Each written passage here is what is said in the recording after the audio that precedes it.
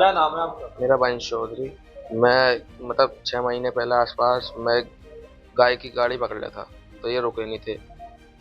तो अब मैं कल कपड़े लेने जा रहा था, तो मैं हटले के बाजार में अपनी गाड़ी खड़ी करी थी। तो मेरे साथ के जो मैच खेल रहे थे थोड़ा, तो वो देखने चला गया था। तो इतने ये आए कम से कम 15-16 जने, तो मुझे मारने लगे। कौन थे, क्या मामला था, तुम किस संगठन से जुड़े हो? मैं हूँ राष्ट्रीय बजरंग दल से। दोस्तों, लगता है अब बजरंग दल की उल्टी गिनती शुरू हो गई है। जब से कोटद्वार के मोहम्मद दीपक ने मोर्चा संभाला है, तब से देश के अलग अलग हिस्सों से ये खबरें सुनने में आने लगी है कि अब बजरंग दल वाले की खूब खातिरदारी हो रही है। एक ऐसा ही मामला आया है यूपी के मुरादाबाद से। क्या है पूरा मामला, आइए जानते हैं दोस्तों। ये है वंश चौधरी साहब, बजरंग दल के एक बड़े पदाधिकारी हैं। शांति से बाजार घूमने निकले थे, अचानक कुछ मुखौटाधारी बंदे घेर लेते हैं और थप्पड़ घूसे लात घूसे से उनकी खैर नहीं रखते। एकदम फिल्मी स्टाइल में वीडियो वायरल हो गया है। अरे भाई, ये कैसा इंतकाम। आज तक तो ये खबरें आती थी कि बजरंग दल वालों ने फलाने की धुलाई कर दी है। अब पेंच उल्टा पड़ गया है, बजरंग दल वाले की धुनाई हो गई है। उत्तराखंड में जब से मोहम्मद दीपक नाम के शख्स ने इनसे भिड़ंत की है, तब से तो जैसे लोगों में एक नया जोश सा आ गया है। गुंडागर्दी का टेबल टर्न होता दिख रहा है। अब देखिए दूसरा वीडियो। लड़ने की कह रहा है, कह रहा पुलिस मेरे हाथ में, मैंने पैसे दिए पुलिस के लिए। कितना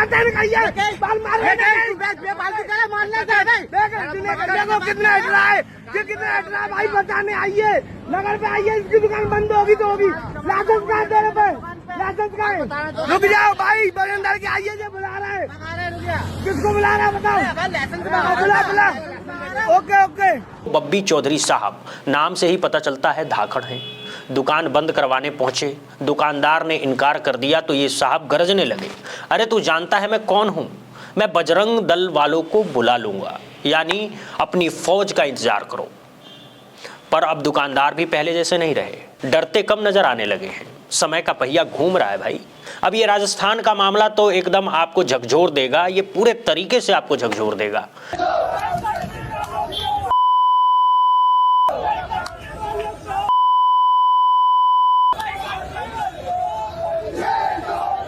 दोस्तों, ये वीडियो वायरल हुआ है कि गौ हत्या के शक में कुछ हिंदू संगठन के लोगों ने मुस्लिम बस्ती में तहलका मचा दिया, नारेबाजी की, बवाल काटा, पूरे ट्विटर पर ट्रेंड हो गया हो #राजस्थान।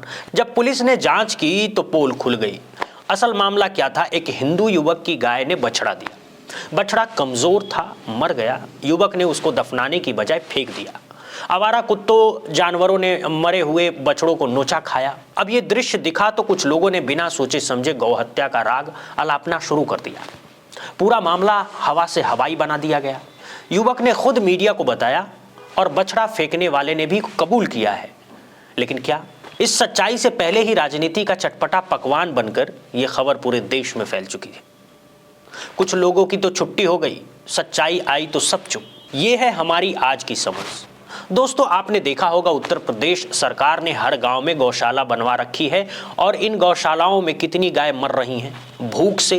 कई जगहों से तो ऐसी वीडियो आई है सामने, गौशाला के अंदर कुत्ते घुसकर गायों को नोचते हुए नजर आए हैं। गौरक्षा करने वाले नजर नहीं आते।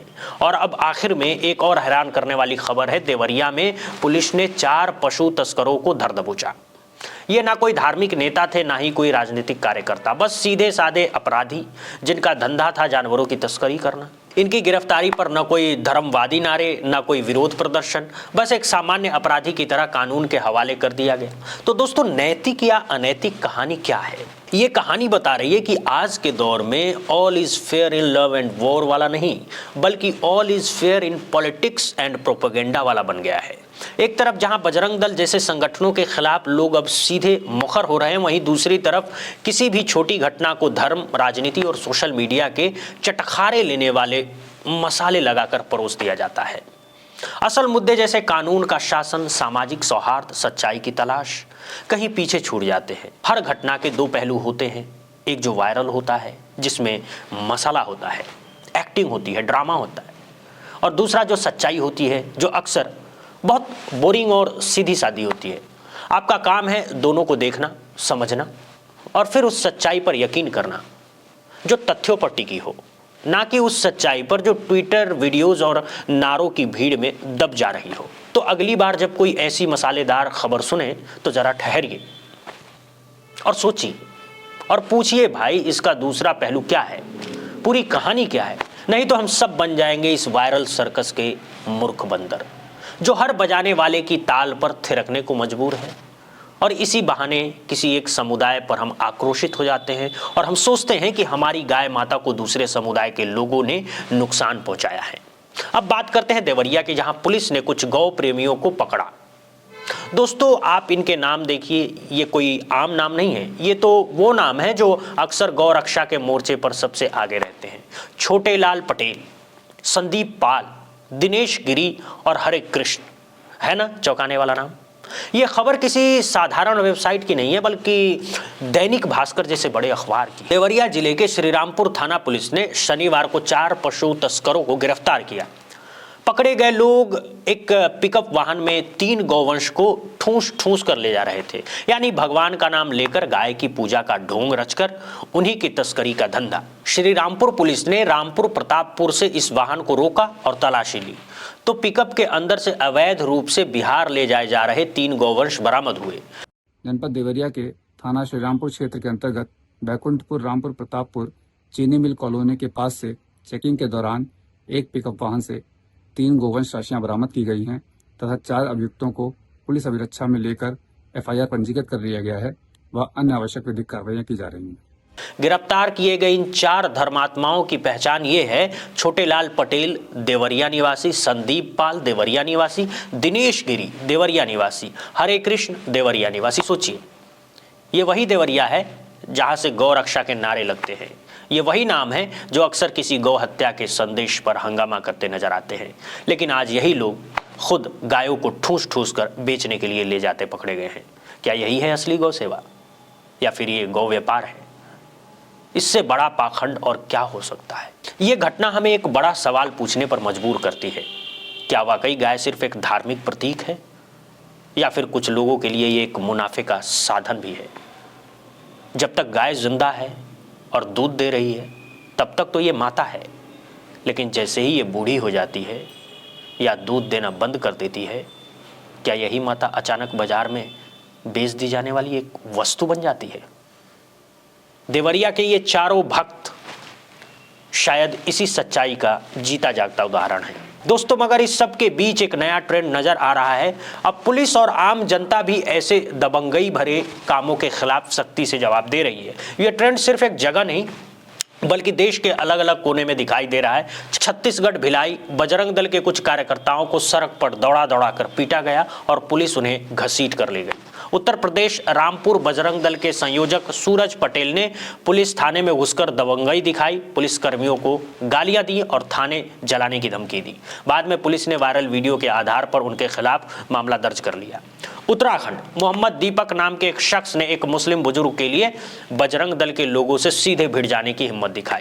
यह घटना एक सिंबल बन गई है जिससे लोगों में हिम्मत आ रही है। ये सारी घटनाएं दिखा रही हैं कि अब जनता और पुलिस दोनों ही ऐसी जाति और दबंगई को बर्दाश्त नहीं करने वाली है।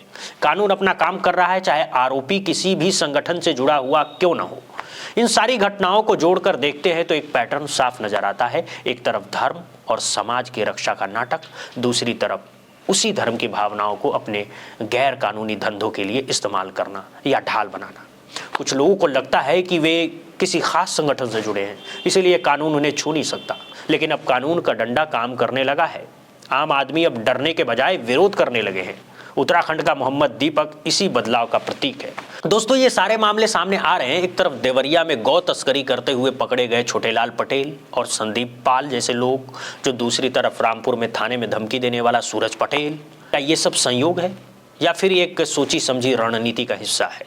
क्या ऐसे मामलों में कड़ी से कड़ी कार्रवाई होनी चाहिए, चाहे आरोपी किसी भी संगठन से जुड़ा क्यों न हो? क्या धर्म के नाम पर चल रहे ऐसे पाखंड को समाज को खुद ही रोकने की जरूरत है? इन सवालों के जवाब हमारे समाज का भविष्य तय करेंगे। अंत में हमारे खूबसूरत भारत की असली पहचान सिर्फ और सिर्फ उसकी एकता, भाईचारे और न्याय में है। इन्हें बचाए रखना ही हम सबका सबसे बड़ा धर्म होना चाहिए। दोस्तों बहुत बहुत शुक्रिया, बहुत बहुत धन्यवाद।